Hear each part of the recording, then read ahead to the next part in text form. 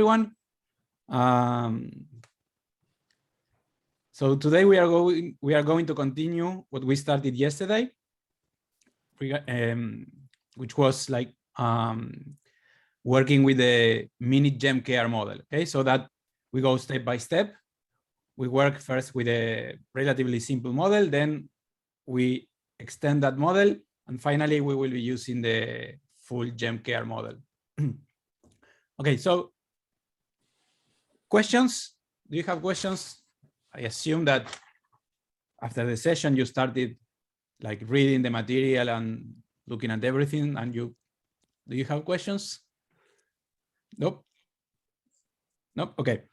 Okay. So yesterday you asked about the implication of having an open economy instead of a closed economy, which is what we have in this relatively simple model. Something that I forgot to mention yesterday that it's important for what we are doing is that once you open the economy, and let's assume that we want to simulate an increase in government spending, you can use foreign borrowing to finance the increase in government spending. Okay, so once you have an open economy model, you have additional sources of financing for the government. Okay, and also and if you have foreign borrowing as a source of fiscal space for the government, so that for financing government spending, that means that the real exchange rate might appreciate. Okay, and that will hurt the tradable sectors. Remember the Dutch disease effect, that when you increase the inflows of foreign exchange to an economy, that will have an impact on the real exchange rate, and that will hurt the tradable sectors. Okay, the point is that there will be an additional source of financing, and given the general equilibrium nature of the model, using foreign financing will have different effects than using domestic financing for government spending. So the implications of having an open economy model are important. Okay. If you look at the website that we have for these sessions, I added some short videos on how to use the interface if you are interested in running simulations yourselves. And I also uploaded, and this is related to a question that I received on my email, I also added some examples that show how I built, or how we built, social accounting matrices for Korea and Uganda. Those are only two examples. Okay, what I show that basically the macro sum, which is the aggregated social accounting matrix. If you look at the Excel files, you can see the source of data that we used for each of the cells in those matrices. Okay, and the case of Uganda is interesting because the amount of data that you have for Uganda is not the same as the amount of data that we have for Korea. So it's two different cases. Okay. Okay, so let me share my screen.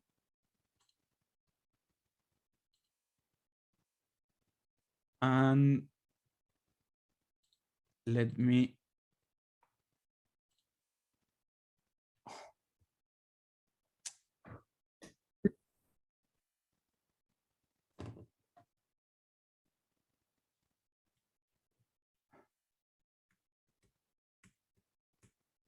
Okay, so yesterday we started this presentation of this relatively simple CGE model. This is the social accounting matrix that we are using for this model. This is for a non-existent country that we are calling Divagistan, but it's actually for a middle-income country. Okay, but we don't have a rest of the world, and we don't have savings and investment.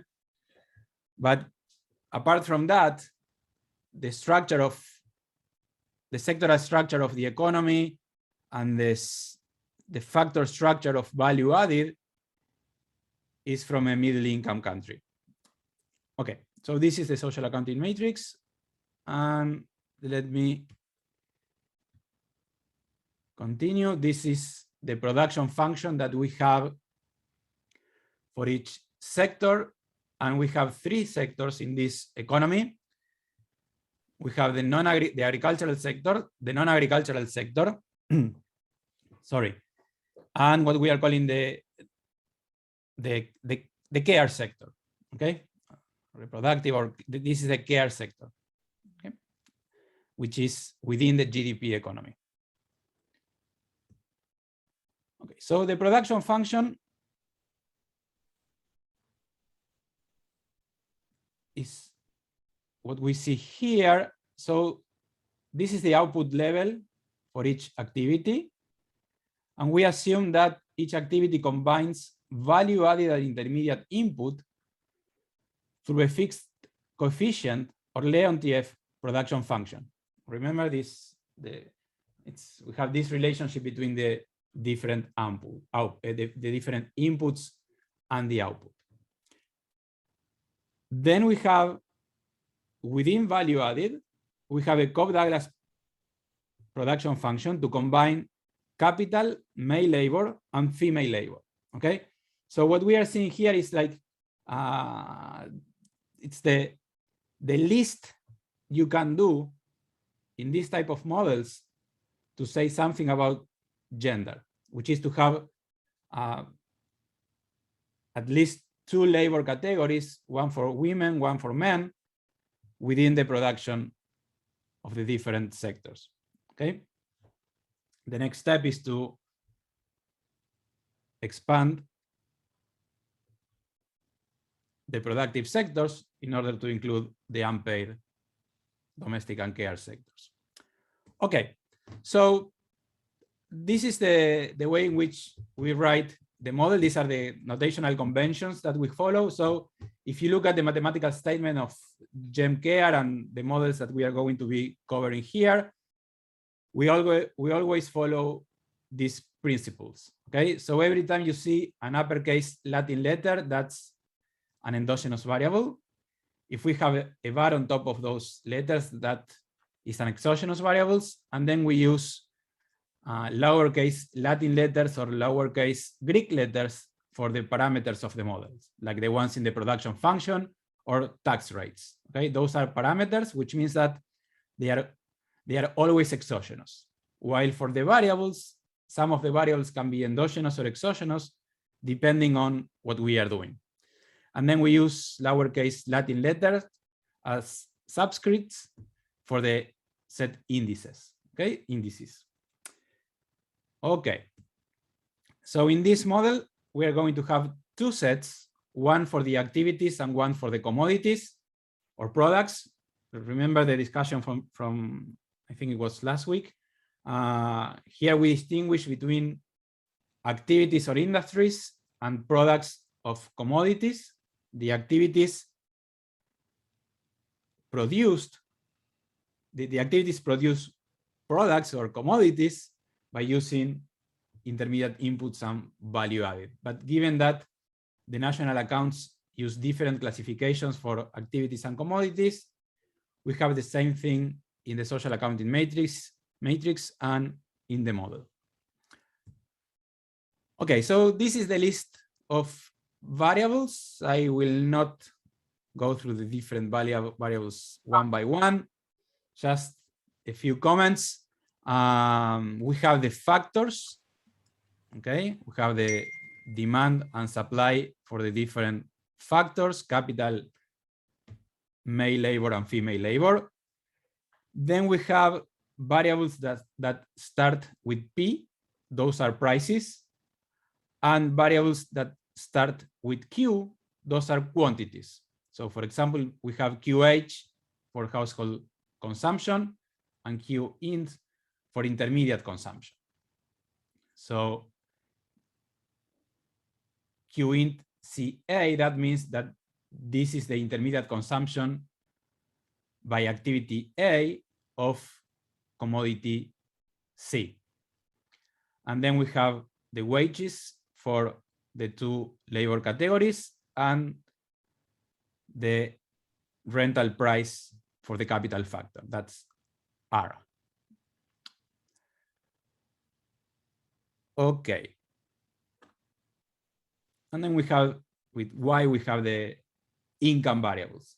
Okay, and remember, we have a government here, and the government will collect taxes, both direct and indirect taxes, and will also be providing government services. Okay.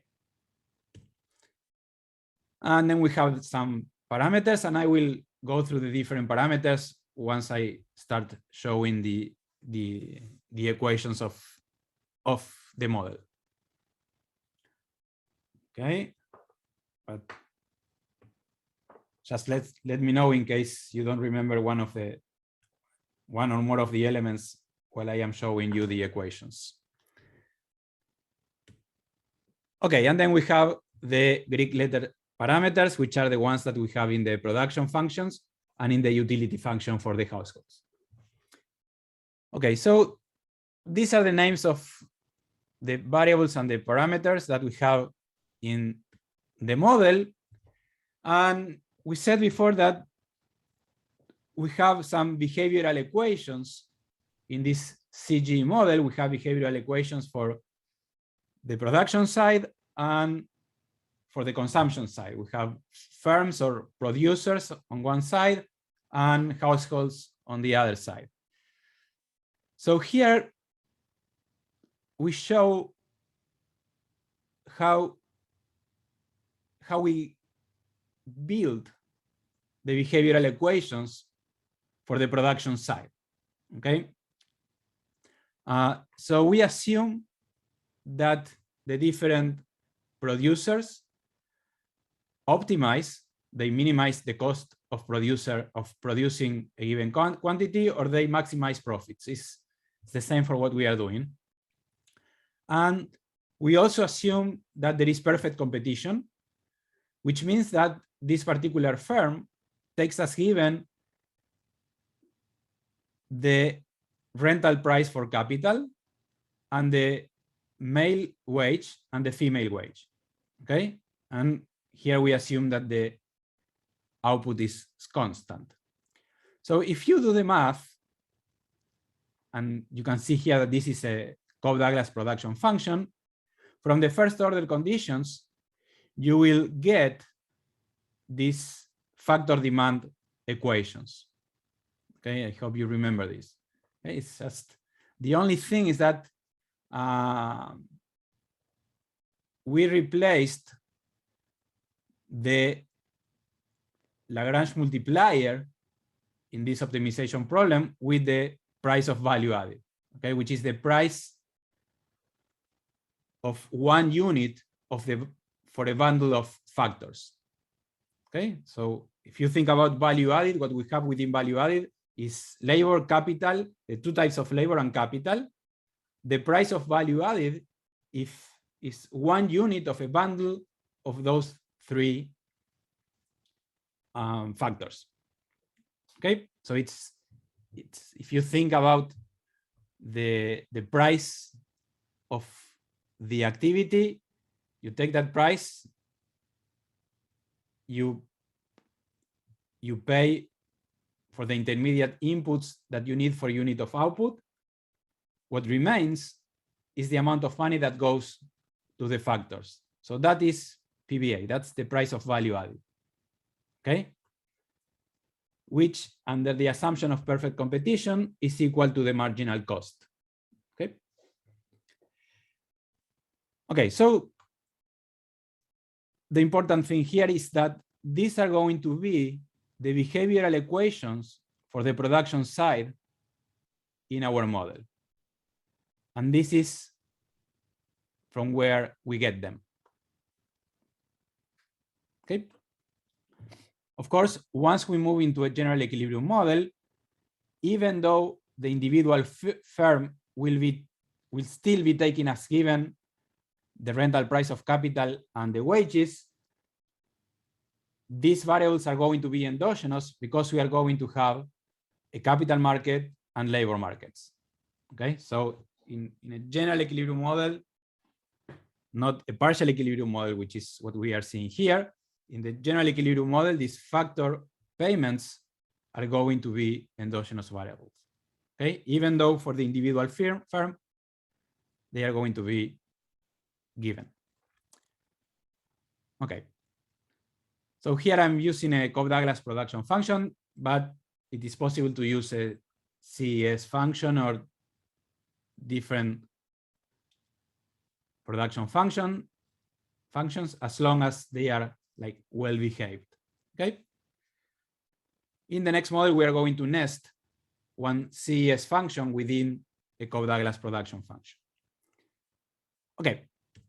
So on the consumption side, this is the QC, that's the quantity of commodity C consumed by the household. And in this model, at least in this presentation, we only have one household. This is a Cobb-Douglas production function. C are the commodities, and the big C, the uppercase C, that's the set of all the commodities. Okay, and this alpha, that is a share parameter.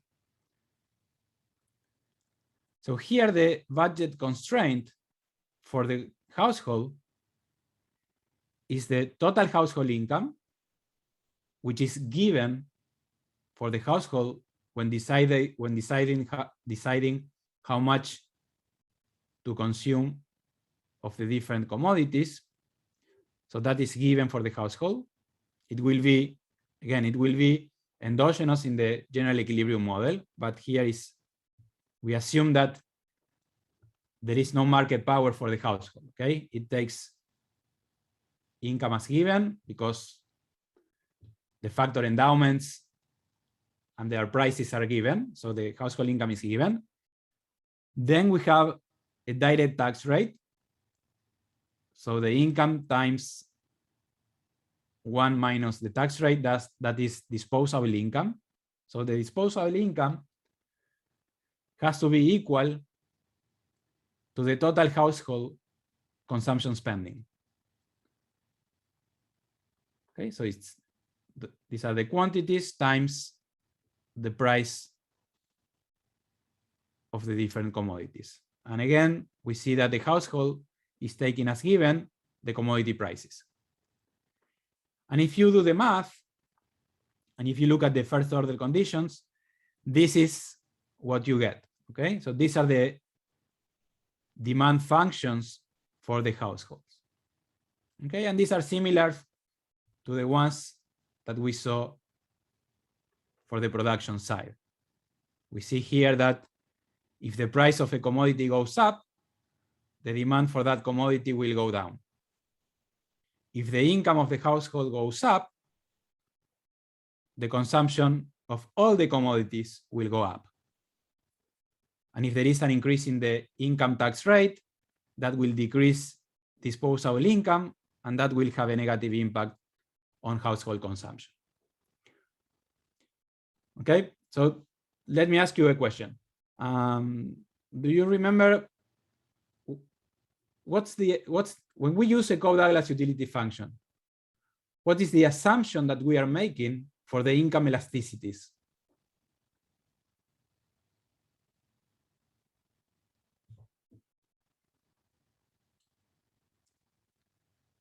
So we assume that we have a Cobb-Douglas utility function. And by doing that, we are imposing some assumptions on the different elasticities. Yes, here I have an answer, it's constant. Can you say something more? Yes, constant and equal to 1 for all the commodities. Okay, that means that if the income of the household goes up 2 times, the consumption of all the commodities will go up by 2 times. Okay. So you see how by using a given utility function, we are basically imposing different assumptions for the elasticities of the demand functions. And it is the same on the production side. And in the Cobb-Douglas case, all the price elasticities are all the on price elasticities are going to be equal to 1 or -1. and the cross price elasticities are going to be 0. So in a more complex model, we are going to be using a different utility function, so we have more flexibility when defining the different commodities. Okay, so here, why government transfers are not part of the household disposable income.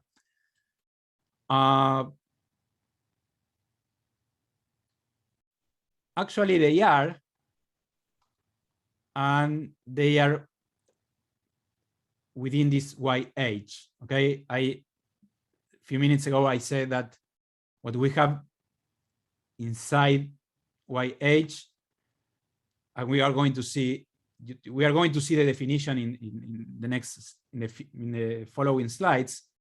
But what we have within the household income, if we go back to the sum, as you are saying, is factor income and income from government transfers.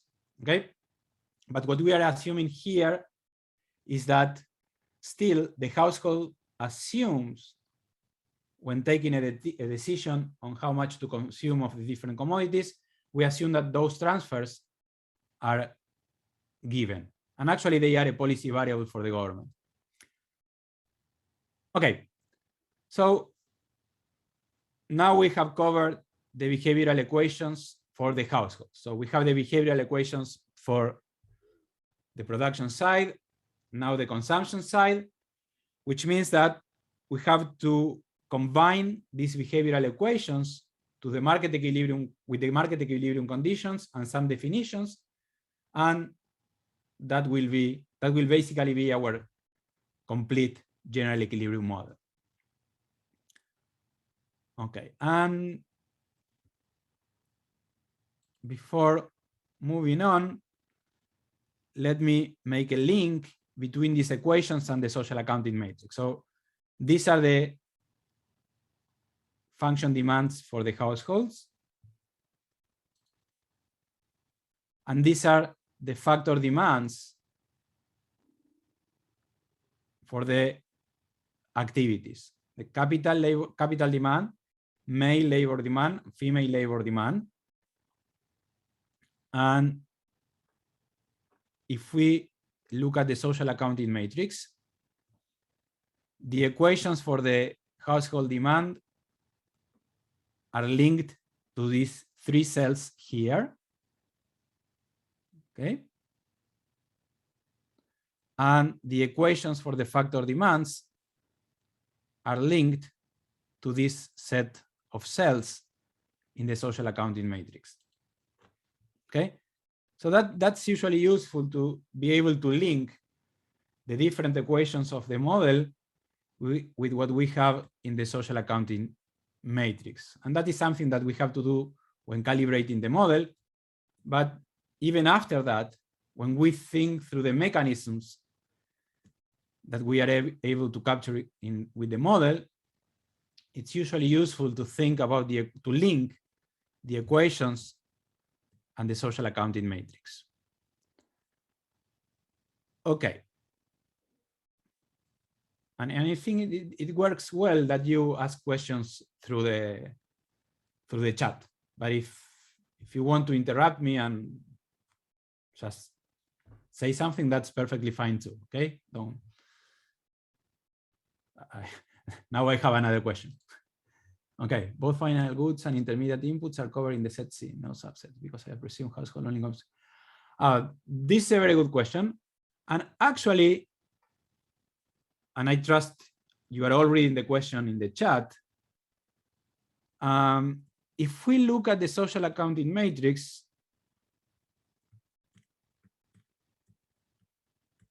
and the sets in the model, we are not making a distinction between final goods and intermediate inputs. Both of them are part of the same set, which we are calling C. Okay, so we do not make a distinction between intermediate inputs and final goods. But that is actually data driven.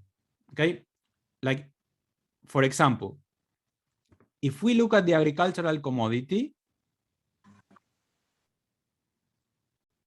we see that total output is 11 and a little bit more than, a little bit more of half is an intermediate input, both for the agricultural activity and the non-agricultural activity. And the rest is directly consumed by the household. Okay, but it's the same commodity. Okay, and it's the same idea for the non-agricultural commodity. So if we had a sum, if we were to have a sum with a higher sectoral disaggregation, like more granularity, we would see that some commodities are only used as an intermediate input by the activities, and some other commodities are only used by the household as for final consumption. Okay, so that is data driven. We don't really need to have different sets. Okay, because the model, basically the model can handle zeros. Okay, having 0 demands in different parts. Okay, I hope that was clear. Thank you. Okay, thank you. Okay. Okay, I will leave as an exercise for you to do the math. Okay, this is always a nice exercise to practice how to get the first order conditions for a Cobb-Douglas production function, and it's even much it's more fun if you do it for a constant elasticity of substitution function. Okay, it's you can spend your weekend doing this. It will be a great weekend. Okay, so now let's have a look at all the equations of the model. Okay, and once we cover this, we can move to running some simulations. Okay, so we start with the production function. Okay, so what we have on the left-hand side here are the first order conditions for the production side, for the firms. We have the Cobb-Douglas production function, that's the first one.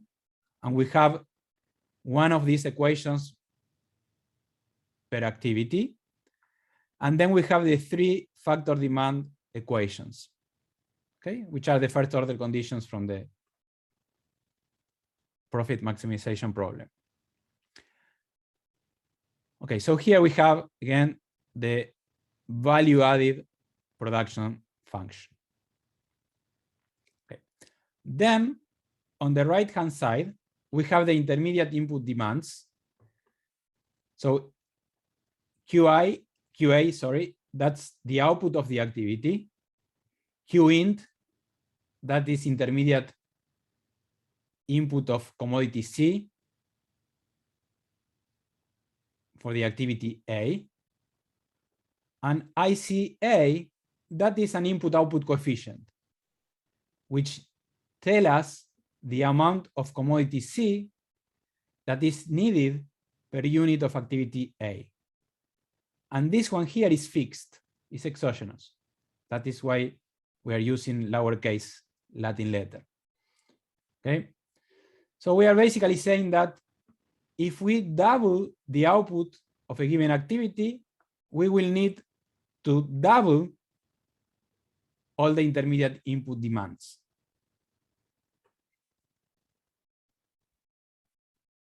Okay, that is not, the same is not true for the individual factors, because we allow for substitution between labor and capital, and actually between any pair of factors, we allow for substitution.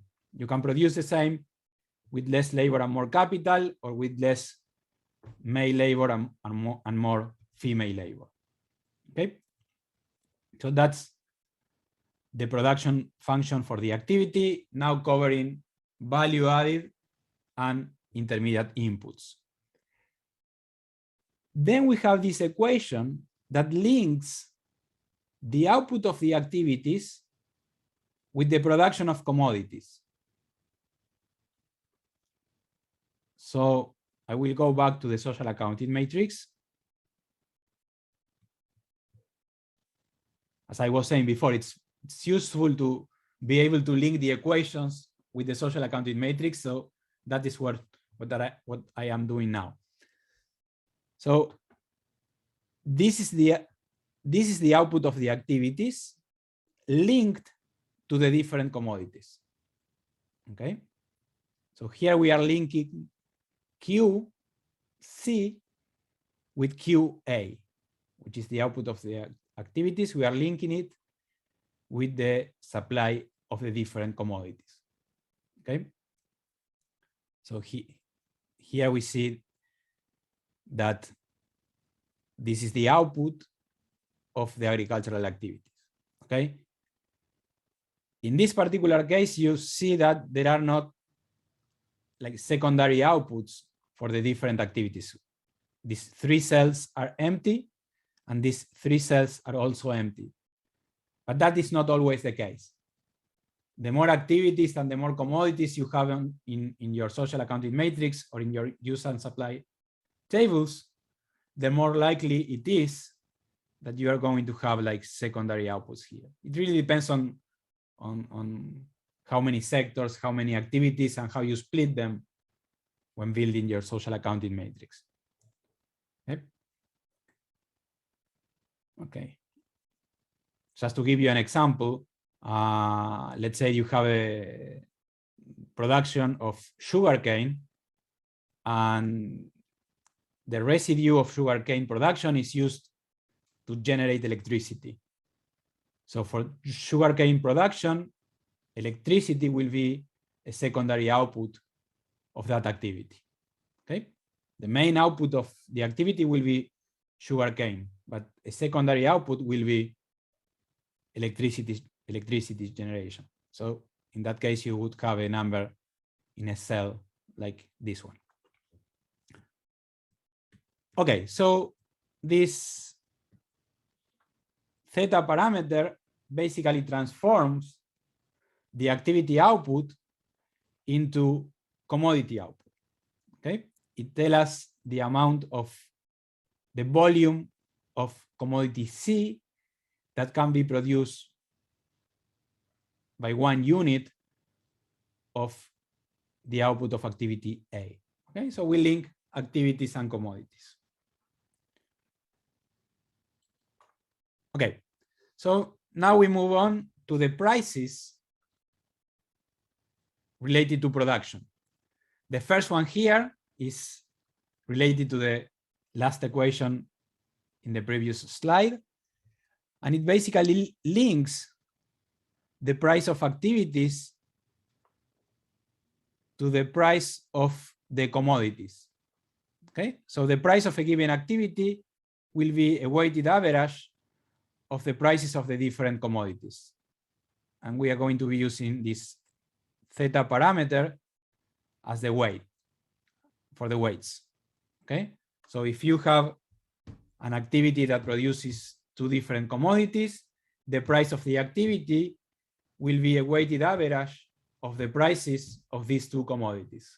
And here the idea is that in this model, we are going to have a market for the commodities, or markets for the commodities, and not a real market for the activities, which means that the price of the activities will be a function of the commodity prices. Okay, that is what we are saying here. Then for the commodities, we will have a producer price, which is PX, and we will have a consumer side, a price, which is PQ. Okay, producer price PX, consumer price PQ, and TQ, that will be the sales tax in this case on commodity C. Okay, so there will be a tax between the producer price and the consumer price.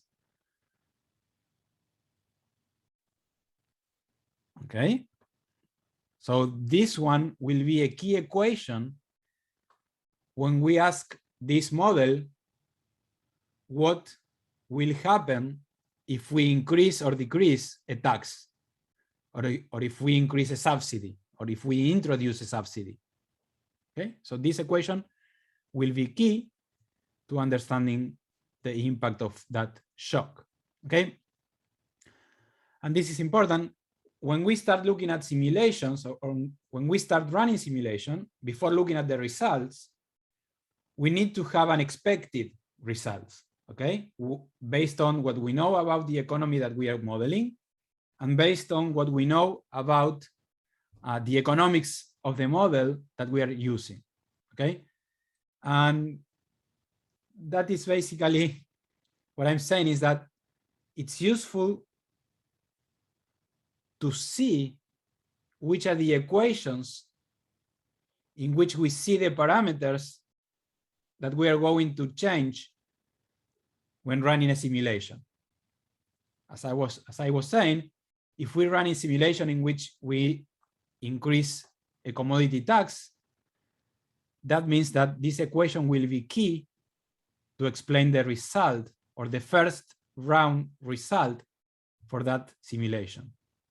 Okay, the direct impact of that simulation will be captured through this equation. Okay, there will be an impact on the producer price, and there will be an impact on the consumer price. Okay, then we have the definition of the value-added price, which is the price of the activity, which is defined here, net of the tax on the activities, which is a production tax. These are two different types of taxes that you have in the national accounts: taxes on commodities and taxes on production. And within the taxes on commodities, we have tariffs, the value-added tax, and taxes on specific commodities, such as cigarettes, for example. Okay. Okay, so this is the price of the activity net of the production, of the tax on production. And then we also subtract the cost of the intermediate inputs. Okay, remember ICA, that's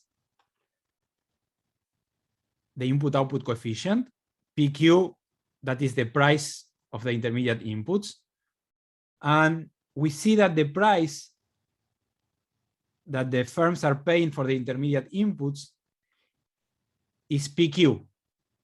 And PQ will be the same price that will be paid by the households, which means that they are all paying the same price because both the households and the activities are buying the same commodity. We are not making a distinction between intermediate inputs and final goods. Okay, that again, that's data-driven. Okay, so the difference between the output price net of the production side on the production tax and the intermediate inputs, and the price and the cost of intermediate inputs per unit of output, that will be the price of value added. Okay, so this is what we saw in the factor demand equations. Okay, this is what we get, what remains to pay for the factors. And we saw in the factor demand equations that if the price of value added goes up, we expect to see an increase in the factor demands. Okay, then we have some definitions. We have the factor incomes equations and the equations for the institutional sectors, which in these models are the households and the government. So this is the definition of the capital income.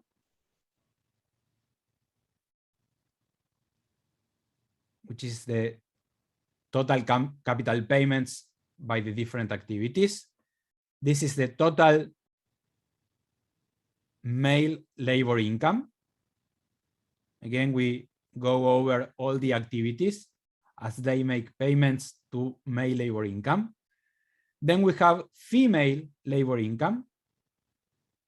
And again, we go over all the activities that make payments to the female labor type. And if you look at these equations and the ones for the factor demand, the factor demands, what is our assumption for the factor mobility across the different activities? What is our assumption for factor mobility across the different activity? Is it perfect? Is it imperfect? Do we allow for factor mobility across the different activities?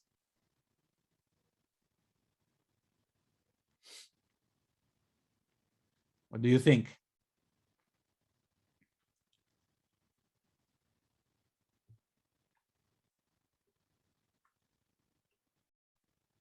If we, yeah, we have answer here. Thank you. Yes, yes. I guess that is an answer to the question of if do we allow factor mobility? Yes, we allow factor mobility, and it's perfect. Correct, it's perfect. And we know that by looking at the factor demands, and we have the same thing here, we see that all activities pay the same wages and the same capital rent. Okay, and that means that the factors must be able to move freely between the different sectors so that there is a single factor price across the different activities. Okay, if the factor mobility is not perfect, we must have different factor prices for the different activities. Okay, so here we are assuming that the adjustment is through, after a shock, there will be movement of factors across the different sectors. Okay, in the bigger model, we allow for different assumptions, but here we assume perfect mobility for factors across the different sectors. Then we have the definition of household income, and here we have capital income, male labor, female labor, and the transfers from the government to the households. And those are indexed by the CPI, by the Consumer Price Index. Okay, so if we increase the CPI, which is the numerator, that is why we have a bar on top of the variable, that will be the model numerator. So all the prices are going to be prices relative to the numerator. I will come back to this point later. But here you see that transfers are a component of household income. Okay, and in the general equilibrium model, household income is an endogenous variable because the factor incomes are endogenous variables that depend on the factor prices, and we are going to see that they also depend on the factor endowments. Okay, then we have the household demand, the household demands, one per commodity. And again, this comes from the Cobb-Douglas production function. And here we have a new variable that was not in the partial equilibrium model. This is a scaling factor for the income tax rate. So this is the income tax rate. Okay, and this is the price for commodity C, the same price that we saw before for the intermediate input demands. And what we are saying, what we will be saying here is that the income tax rate that is faced by the household can go up or down depending on the government budget, okay? Because this will be an endogenous variable that will clear the government budget. So let me describe the government budget, and then we talk about this scaling variable. So this is the definition of the government revenues, okay? So we have income from the activity tax, PA times QA, that is the tax base for the production tax or the activity tax, and TA, that is the tax rate on production. Okay, so the tax rate times the tax base, that is the tax, that is equal to the tax revenue. Then we have the same for the sales tax. So here the tax base is the output by commodity times the supply price of those commodities. And then we have the commodity tax rate, okay? And we go over all the commodities, and that is the total revenue for the government from the commodity tax. And then we have the revenue from the income tax, okay? And in this case, the tax base is the household income, and the tax rate is defined as TY times this scaling factor, okay? Then we have the government expenditures, that's EG. And if you recall from the sum, in this model, we have two different spending items for the government. We have consumption and transfers. Okay, so QG, that is government consumption of commodity C, and that is exogenous, that is a policy variable. And then we have transfers from the government to the households, which are also exogenous. So if I go back to the sum, here we have the government. If we look down the column, we see the government spending. So here we have QG, that's government consumption. And here we have the government transfers. That is a payment from the government to the household. Okay. And we can see here that total government spending, this 18.7, is equal to total government income, 18.72. And as we said before, in this model, we don't have savings, nor for the government and not for the government and not for the households. Okay. So we are basically saying that total government spending has to be equal to total government income. Okay.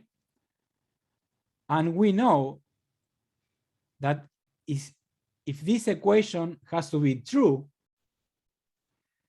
at least one element of the government income or one element of the government expenditure, of the government expenditures, has to be endogenous to clear the government budget, which is this equation is the government budget.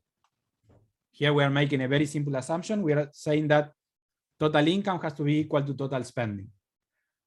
And the clearing variable here, this is the macro closure for the government, is going to be the income tax rate.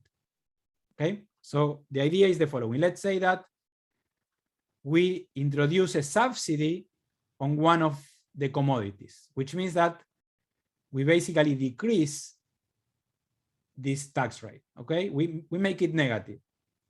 That is a subsidy. A negative tax is a subsidy.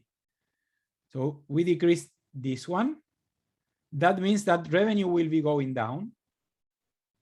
And if revenue is going down, that means that we have two options. either spending goes down or a different component of government income goes up. Given that the component of government expenditure or of government spending are fixed or are exogenous, government consumption and transfers, they are basically exogenous, so they will not endogenously decrease. There has to be an element on the income side that will increase to pay for the subsidies, okay? And in this case, that role goes to the income tax rate, okay? So if we increase subsidies, commodity subsidies, there will be an increase in the tax rate on income, okay? So that this equation holds. Okay, so that is the clearing variable for the government budget.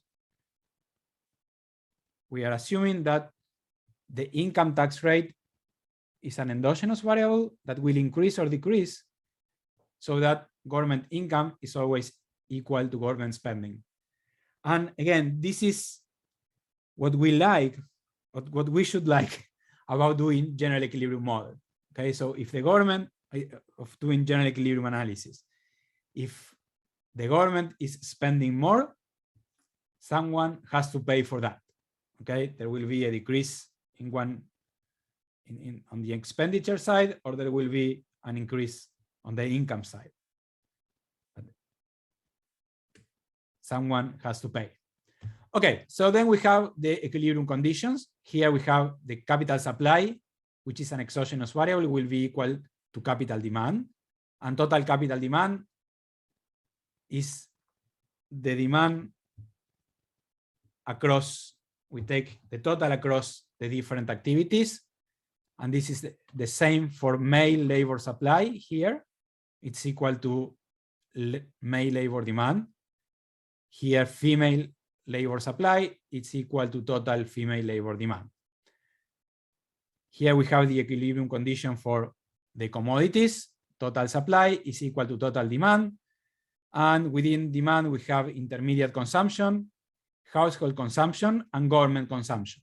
Okay, so all these items, the total of all these elements has to be equal to supply. And then we have the definition of the consumer price index. These are the weights of each commodity in the CPI. Okay. So, questions on the model equations? Nope. Okay. So if you look at the equations and variables of the model, you will see that the model is square in the sense that we have the same number of variables and equations. This means that we have 6 equations of dimension A with a set, 1 equation of dimension C times A, that is for the intermediate input demand, and 4 equations of dimension C, like the household demand functions, for example, okay? And the definition of the commodity prices. And then we have 11 equations without any set. And this is the number of variables. We have more variables than equations, but then we assumed that 3 of the factor endowments are given. So we have the same number of variables and equations, okay? If we were not to have that, in this case, GAMS would complain because we cannot solve a model that is not square. Okay, but then, like most CGE model, in this one we only have relative prices matter, okay? Which means that if, let's say that we have 3 commodities, let's say we have a simple economy with 2 goods, we only need to know 1 price, which is the relative price of one good relative to the other one. If we were to have 3 goods, we only need 2 relative prices.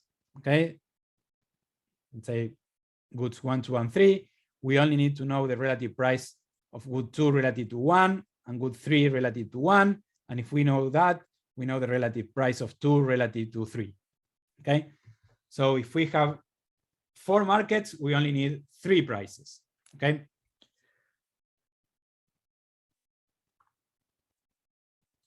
Questions? And yes, the weights, that is from here, the weights in the consumer price index are exogenous. Yeah, it's only a definition. It's how we define the CPI. It's a type of index, a PASH type of index. Okay, but actually, I was about to say that it doesn't really matter which is the price that we use as the model numerator. Okay, and what's going on here? Only relative prices matter, which means that we can fix the price, okay, and use it as to fix the absolute price level. Okay, and we can use any price for that. In this case, we are using the CPI defined as I showed you. Okay, but that means that we are dropping one variable from the model, but then we know the Walras law. What do we know from the Walras law? Hope you remember, but we know that if we have 4 markets and 3 of them are in equilibrium, that means that the 4th market is also in equilibrium. Okay, so if we have n markets and n minus 1 are in equilibrium, that means that the n market, the last market, is also in equilibrium. That is the Walras law.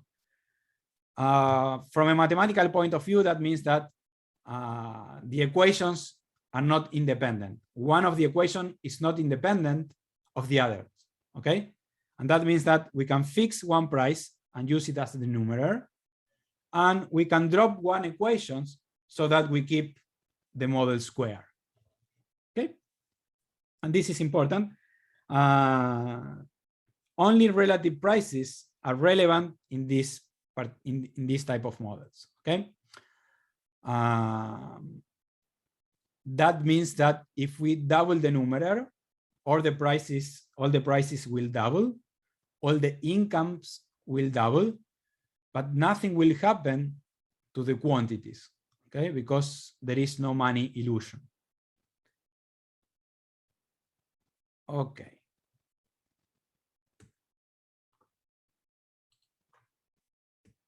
Okay, so now that we have the social accounting matrix, we have the equations. Now we have to calibrate the model. What do we mean by calibrating the model? We basically mean, if we go back to the production function, by calibrating the model, we mean giving values to the parameters of the production function, actually giving values to everything that is exogenous, like the parameters of the production function here and here, the input-output coefficient, this theta coefficient, also the tax rates, okay, and also the government consumption, which is also exogenous, okay, and the transfers. So when we calibrate the model, we are basically setting the values of the parameters and the exogenous variables.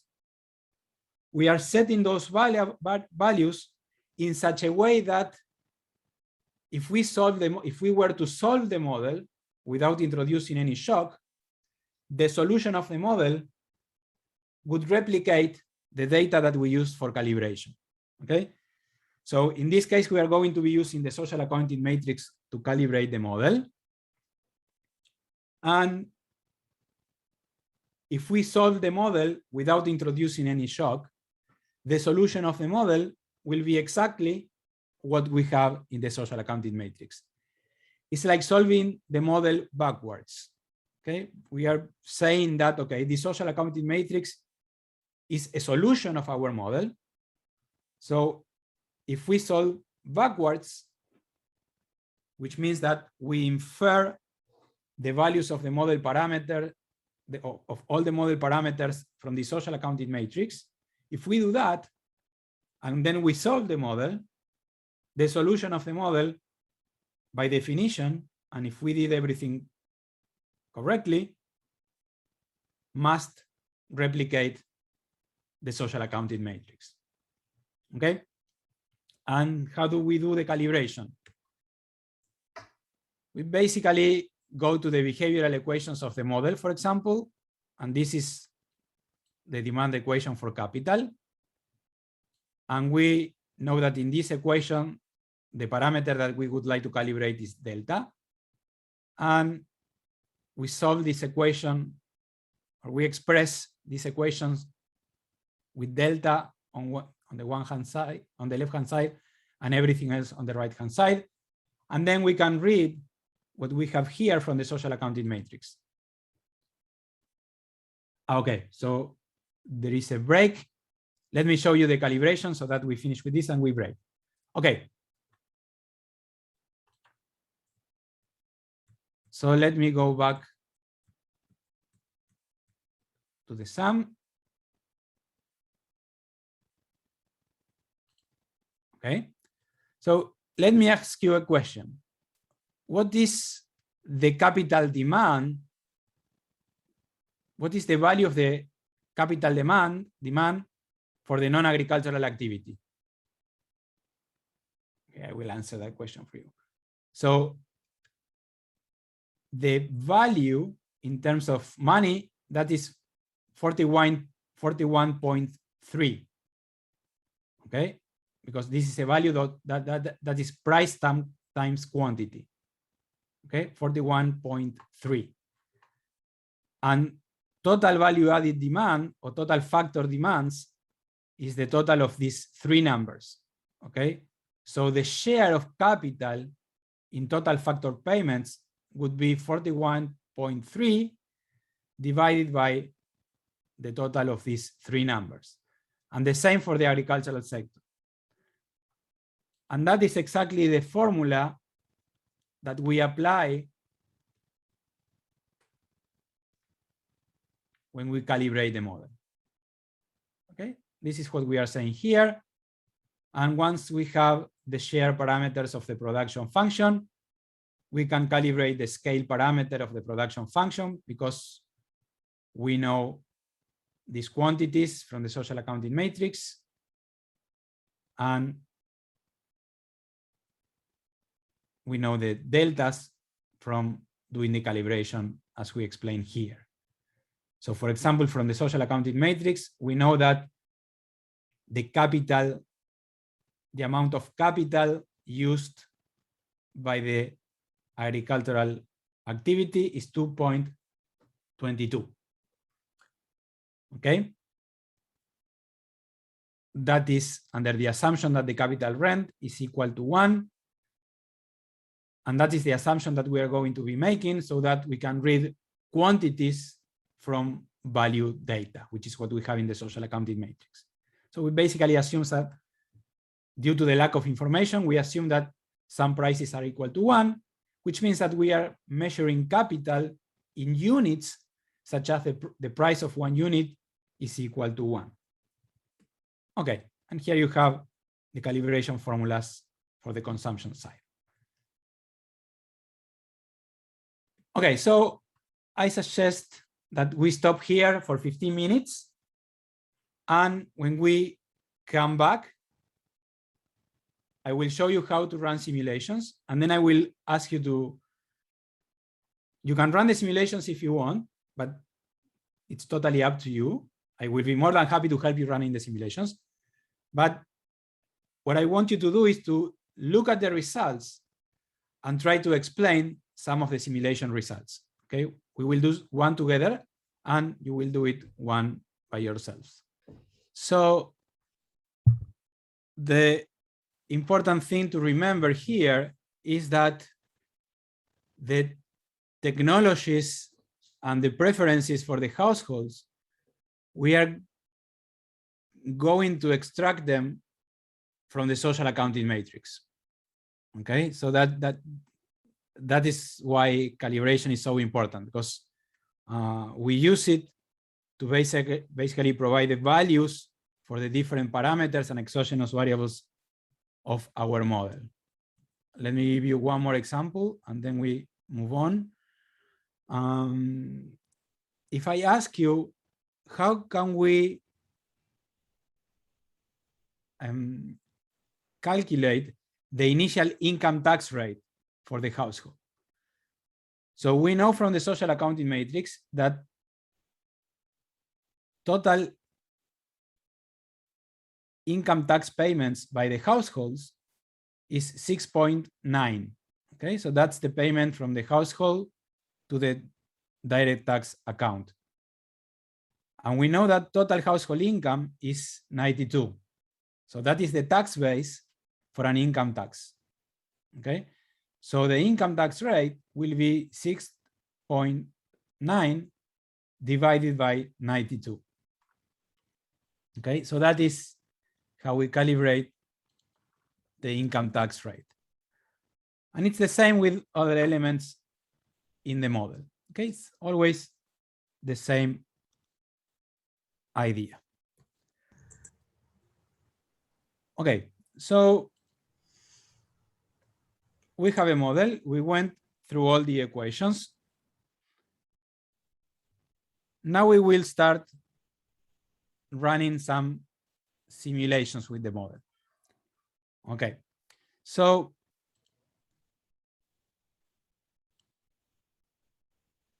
let me go to the next presentation.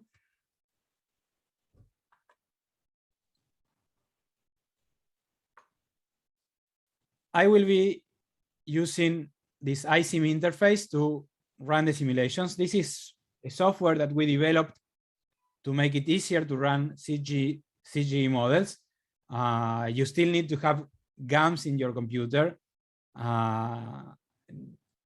But the idea is that the cost of doing CGE simulations is lower because you don't have to interact directly with this GAMS language. Okay, so iSim runs over Excel. Initially we developed it a few years ago for a particular model that was used at the World Bank. Now we can use it with different models, and as much as we can, we keep it up to date. Okay, so it's every now and then we have like new versions, and if there is a change in Excel, we adjust iSim so that it keeps working with the newer versions of Excel. And I think it's the first version of the software is like maybe 10 years old, so it has some work. Okay, so you have everything that you need to run the model if you want. But as part of the course, I will be sharing with you the results so that you can look at the results without having to run the model. So right now, I will do the following. I will go to Excel. I will select this mini-GEMKR model as the model to be used for these simulations. And you have instructions, step-by-step instructions to install the software. Many of you have been asking questions, and I trust that those of you that are interested in running the simulations were able to install the software. If you were not able to do it and you want to do it, send an email to me and we will fix any problem that you may have. Unless the problem is that you don't have a computer. In that case, we cannot fix it.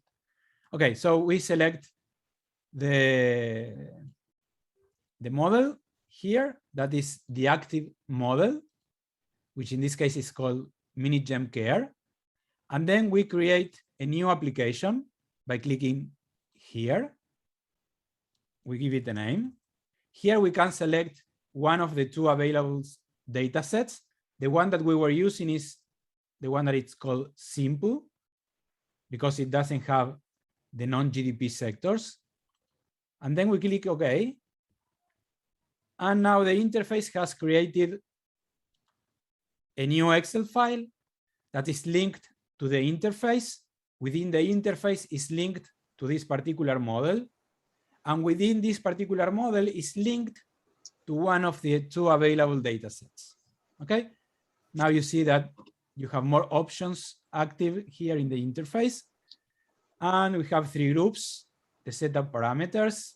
These are the ones that you use to change some of the assumption of the model calibration, like some of the elasticities, even though in this case we are assuming that everything is Cobb-Douglas. And then you can run the calibration, or you can run the setup. And then you can define simulations, and you can look at the results. Okay, so let me quickly show you how to define a simulation in which we increase by 50% the amount of male labor, for example. So let's say that we are happy with the assumptions of the setup, which means that everything is Cobb-Douglas. We click there. And now we will see that this gray arrow turns green, which means that we can now run simulations. So the first step to run a simulation is to open what we call the scenario manager by clicking here. Sorry, not here, here. That will open a new window. In this new window, we can create a new simulation. Like I said, female labor supply, let's increase that one. Or female labor stock, LF sub. Okay. And what we have done is to create a new name for a simulation. The next step is to link this name, the simulation name, to one or more shocks. And to do that, we go to sim parameters. And under shocks, we will go to factor endowment. And here we can define the shock. And if we don't know how to use this particular parameter, we can click on the description. And that will open one of the sections in the model user guide. And this section will explain us how we can use this parameter to define a simulation. So in this case, I will explain this to you. So under sim, we select the new simulation name. We have a single household, so we select it. And then we select the female labor as the factor, F. F is for factors. And we increase it by 50%. That means that we introduce 1.5, because here we introduce the number that we want to use for multiplying the initial endowment of female labor. Okay. And if you don't recall, or if you don't know how to use the model, then you have access to the model, the user guide, which is the file that I show you. And you can also have access to the description and mathematical statement, which in this case is a Word file that is similar to what we have in the presentation, but with some additional detail. Okay. So here you have a description of the model.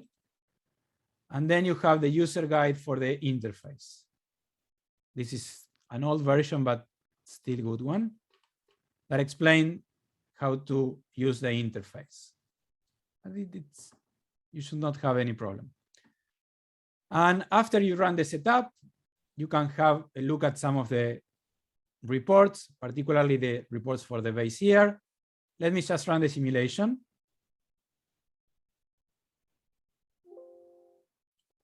And once we run a simulation, we can access reports for the base year. Here we can have a look at the sum, for example, and this is the sum that we have in the presentation. Then we can have a look at the sectoral structure of this economy, this one here. And you see that we have a description here and the parameter here, and we can have a look at the table. These are the value added shares for the different commodities, then the output shares, and the difference is that here we include intermediate inputs, and the employment shares. Okay. And you can also access some macro reports. This is a simple model, so we only have one macro report that shows us the change in private consumption and the change in government consumption. And every time you see XP, that means that this is the percentage change, as it is explained here. So this is the value for the base, and this column here shows us the percentage change relative to the base. And then we have some sectoral results. Like, for example, we can have a look at the change in output. Remember, XP, that is percentage change relative to the base. So this is the value for the base, and this is the change in the output of the sector. Okay, so before looking into the results, what we should always do, at least that is what I think, is to have a look at the equations.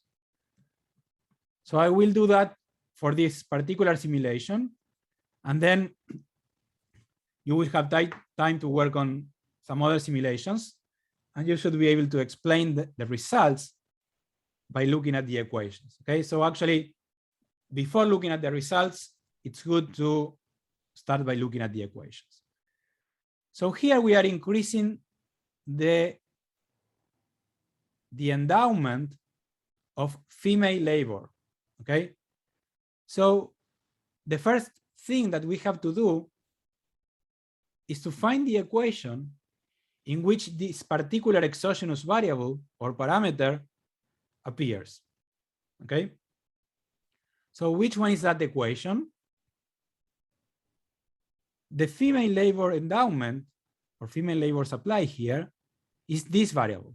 Okay, it's LFS with a var on top. Given that it has a var on top, it is an exogenous variable, and that is why we can run a simulation by increasing it. Okay, so the shock that we are running is to increase this labor supply. Okay, so what will happen in the female labor market? Okay, and remember that in this case, we are only covering the GDP part of the economy. It's like it's a standard CGE model. Okay, so what will happen in the labor market for female labor? Okay, and it is segmented from the male labor market. So what will happen in this equation? Which is a variable that we can extract from this equation? This is a supply equal demand. What do we expect to see there in that market? If we increase the supply of one factor, let's assume for the time being that demand is constant, there will be a change in wages. Exactly. Supply is moving to the right. Demand, let's assume that initially is constant. So that means that the wage will go down. Okay? Here we are working under the assumption, and you see that here, of fixed employment, or if you want, full employment. Okay? We will drop that assumption in the next model. Okay? So the wages are going to go down for women. And if that wage goes down, we know that from this equation, female labor demand will go up. Okay, so this one is going down, so this one will go up. Okay, so female labor demand is going up. And if this one is going up for, let's say, for all the sectors in the first place, if female labor demand is going up, that means that output is going up. And if output is going up, we have output here for the activities. That means that intermediate demands will also go up. Okay, because if we increase the output of a given activities, together with additional factor inputs, we need intermediate input. So intermediate input demand will go up. And if there is an increase in the output of the activities, through this equation, we know that there will be an increase in the output of the commodities. And if there is an increase in the output of the commodities, we know from the equilibrium condition in the commodity markets, remember this one, supply is equal to demand, and we have intermediate input, household demand and government demand. If this one is going up, we know that this one is going up, but it's likely that household demand will go up. Okay, so we expect to see a change in commodity prices or not, it will depend, because now the household will have to consume more because there will be an increase in output. Because basically here we are moving to the right, or this is an outward moving of the production possibility frontier, because we are increasing the factor endowment of this economy. Okay, so production will go up, consumption has to go up, and consumers must be able to pay for that. So we also know that the income from the different factors will change.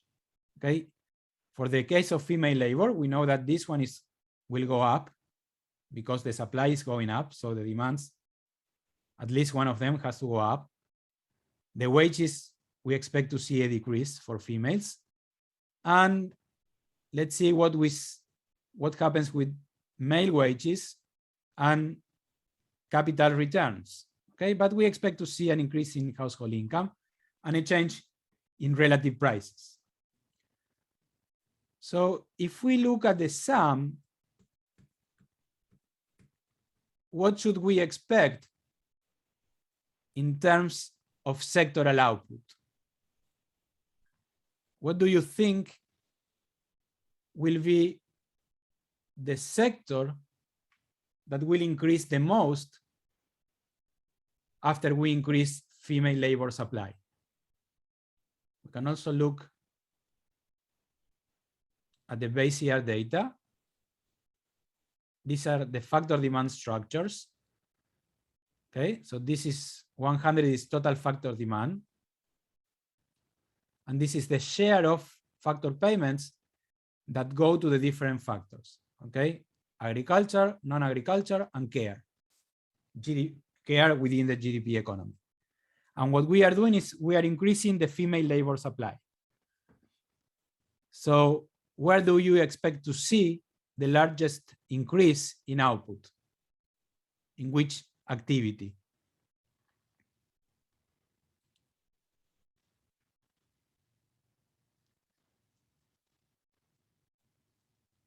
Okay, you can answer that by looking at the results. I know I have two answers here. Yeah, exactly, the care sector, reproduction, yes, that is correct. Because if you look at the factor demand structures, this care sector is the one with the largest share of factor payments going to the female labor factor. These are shares based on factor payments. Okay. this model, in the calibration of this model, we are combining the social accounting matrix with data on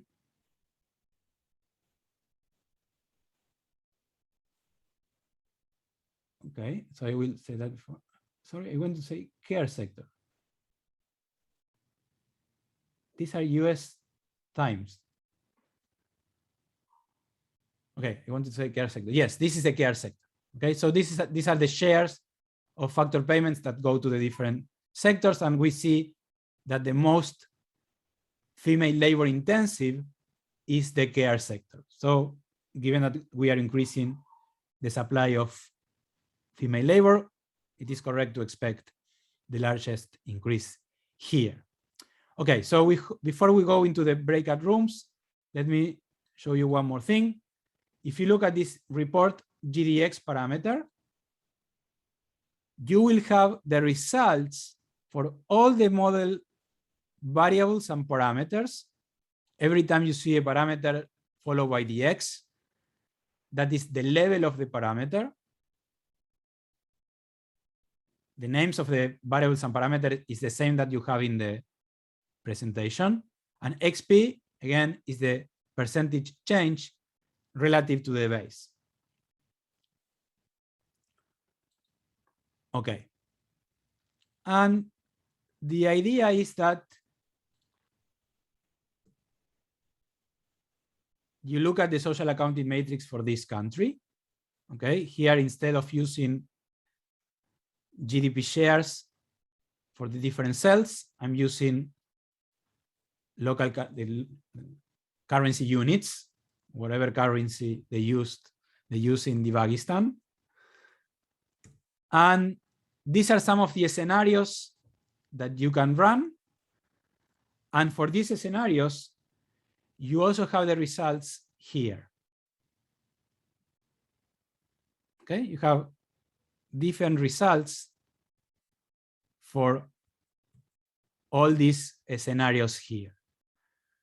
So the idea would be that we go into some breakup rooms and you look at the definition of the different scenarios.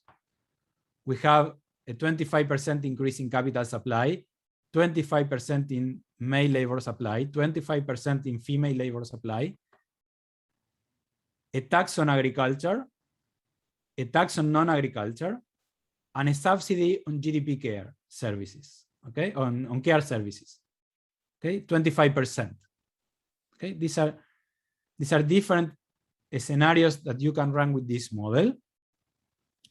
And what I would like you to do is to look at the equations and the data and have an expected result for these different simulations, okay, or at least one of them, okay? And then we look at some of the results together, okay? And I suggest that the ones on taxes are the most interesting ones, I think, because we covered the other one just now. Okay, so is it okay if we take like, I don't know, 20 minutes in the breakup rooms? Is that reasonable? Or 15 minutes? Okay, let's have a look at the equation. So anyone wants to explain how to track the impact of a tax change through the equations?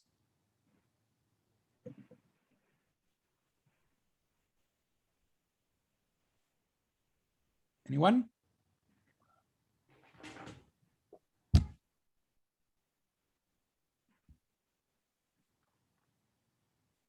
That sounds like a no.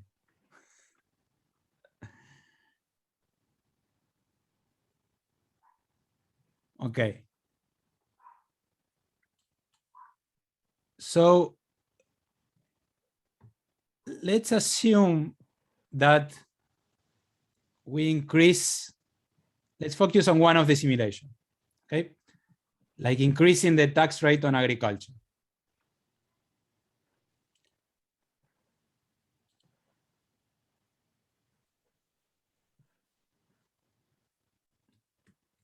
Tomorrow we will be providing subsidies to different sectors. So, but for the time being, let's assume that we introduce or we increase the tax on agriculture.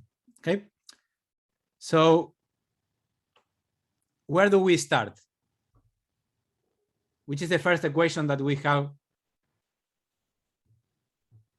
to consider in order to analyze that the impact of that shock?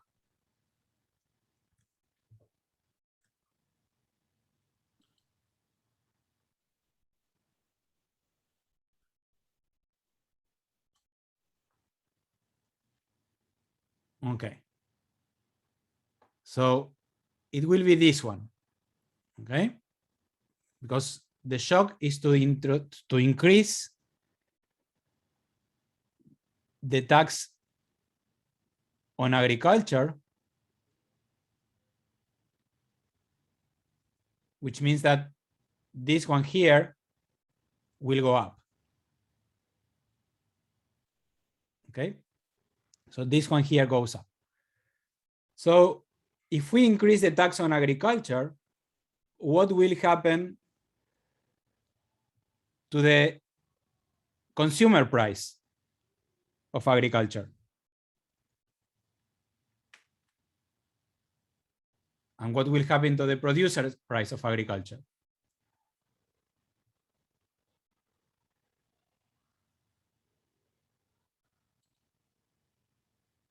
They both increase. Okay, so I see agricultural. Okay, so both prices increases. I'm looking at the answers in the chat. Okay, so let me thank you for the answers. That's very important. So remember, we are introducing or we are increasing the tax on agricultural output or on agricultural, yeah, on the agricultural sector. Let's have a look. Let's remember this from public finances. Okay, I hope you. I mean, if you do CGE modeling, it's useful to remember what you saw in international trade, public finances, and growth, and macro.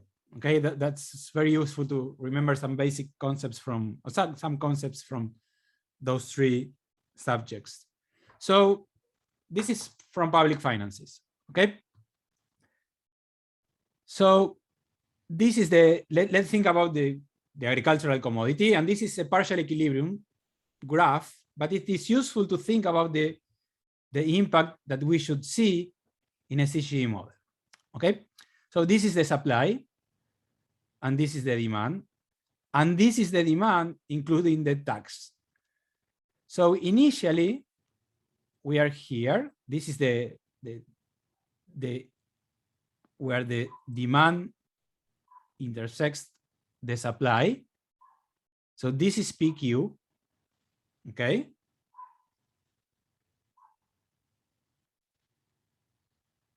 And actually, if I want to be consistent with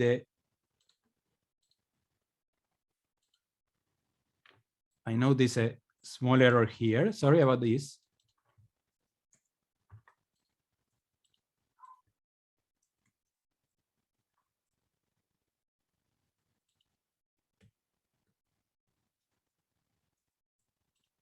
Okay, so now we have consistency between the equations and the graph. Okay, so this is the supply price, and this is the consumer price. Okay, this is PQ. So initially, this is the quantity that is traded. This is fairly standard. This is the price paid by the consumer. This is the price received by the producer price. In between, we have the tax that goes to the government. This is the tax collection that goes to the government, and these are the deadweight losses. This is what the consumer is losing, and this is what the producer is losing. Okay. these Harberger triangles. These are the efficiency losses. Okay, so when we increase the tax,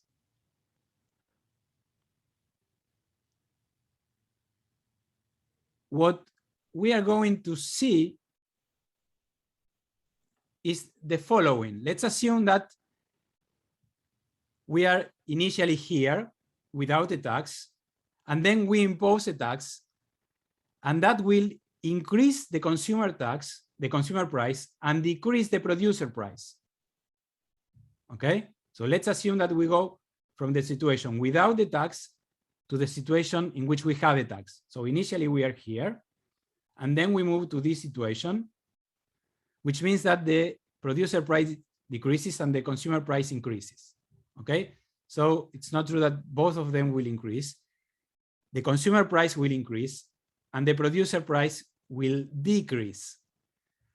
So if we introduce a tax, or if we increase a tax on the agricultural sector, what we expect to see is that the consumer price will go up, the producer price will go up.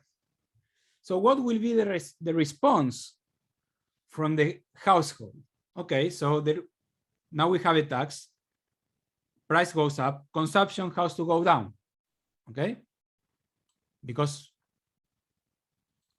PQ is going up because of the tax, so consumption is going down, okay? So if the consumption is going down, that will have an impact on that market, because this one is going down. And if this one is going down, supply has to go down, and the price signal that we need for supply to go down is that the producer's price goes down instead of going up, okay? So demand goes down and output also goes down, okay? And that is because the producer price went down and the consumer price went up, okay? But if the producer price goes down, which is PX, if this one is going down, that means that the output price for the activities is also going down, okay? And for agriculture, I'm focusing on agriculture right now, okay? So if the agricultural price is going down for the agriculture, we went from the commodity price to the activity price.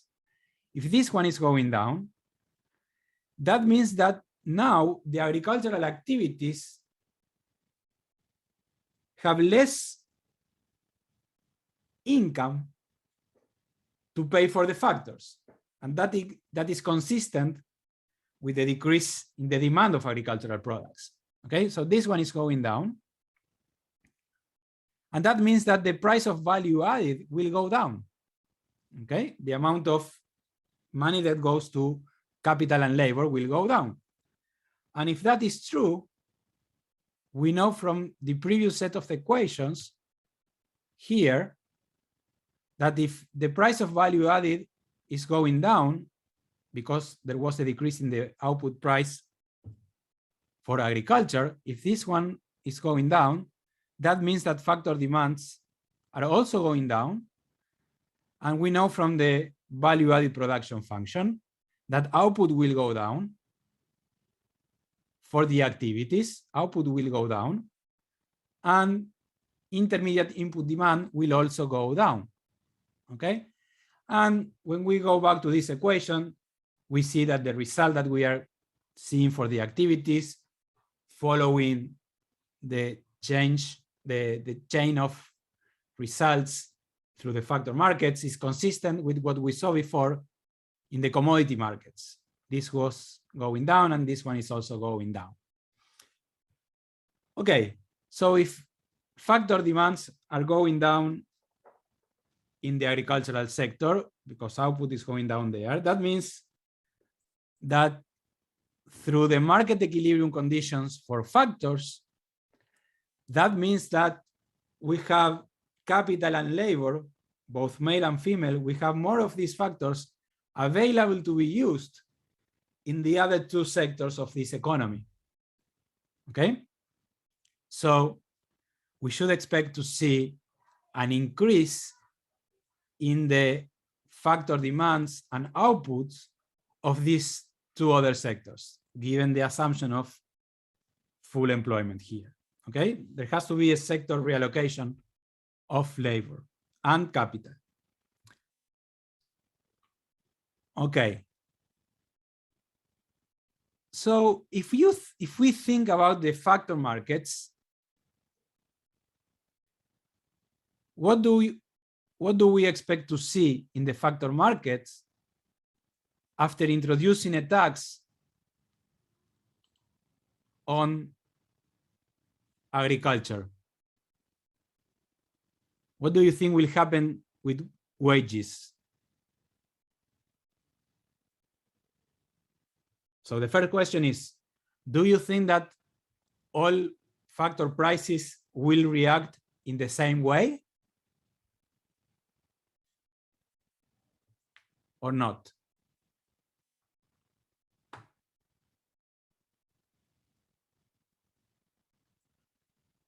So there is a decrease in the price of agricultural output.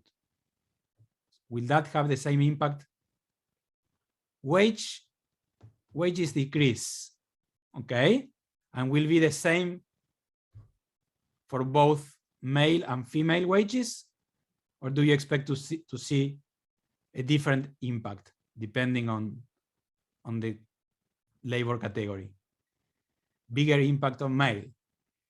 That is correct. Yes, different and bigger, yes. Yes. Because if you look at the factor demand structure, you can see that agriculture is relatively intensive in the use of male labor. If you compare the production function of agriculture to the production function of non-agriculture and care, you will see that agriculture is the most relatively intensive in the use of male labor. Okay, so we expect to see different impacts on wages, and based on what we have in the data set, we expect to see a larger impact, negative impact on the wage of males. Okay, so this is what you should try to do before looking at the simulation results. Okay, once you're familiar with the model that you are using, it's easier and faster. But still, this is at least this is what I advised you to do. You're running a model with a given data set. First you get familiar with the data set that you are using, with the structure of the economy that you are modeling, as it is being captured in the social accounting matrix. Then you get familiar with the model, in the sense that you know what the model is taking into account and what the model is not taking into account. In the sense that you can never explain the results by looking at things that are not part of the model. Okay, so if you explain a result from a model, you have to take into consideration things that are outside, that are inside the model. Then in the discussion of, in the conclusions of the paper, you can talk about anything else. But when describing the results, only things that are in the model. So once you know the data, then you know the equations, then you try to explain to get an expected result from the equations and the data, and then you look at the results. So when you look at the results, if you previously look at the equations and the data, you know what to look for in the results. Okay? Okay, I was expecting to see a negative sign here. Did I get that or not? If I get that, you will likely be happy. If you don't, you will likely learn something, because you were not thinking about some effect that your modeling is capturing. Or you may realize that your model is wrong in the sense that your data is not reflecting what it should be reflecting, or that you need to make a different assumption somewhere in your model because what you get does not pass the reality check.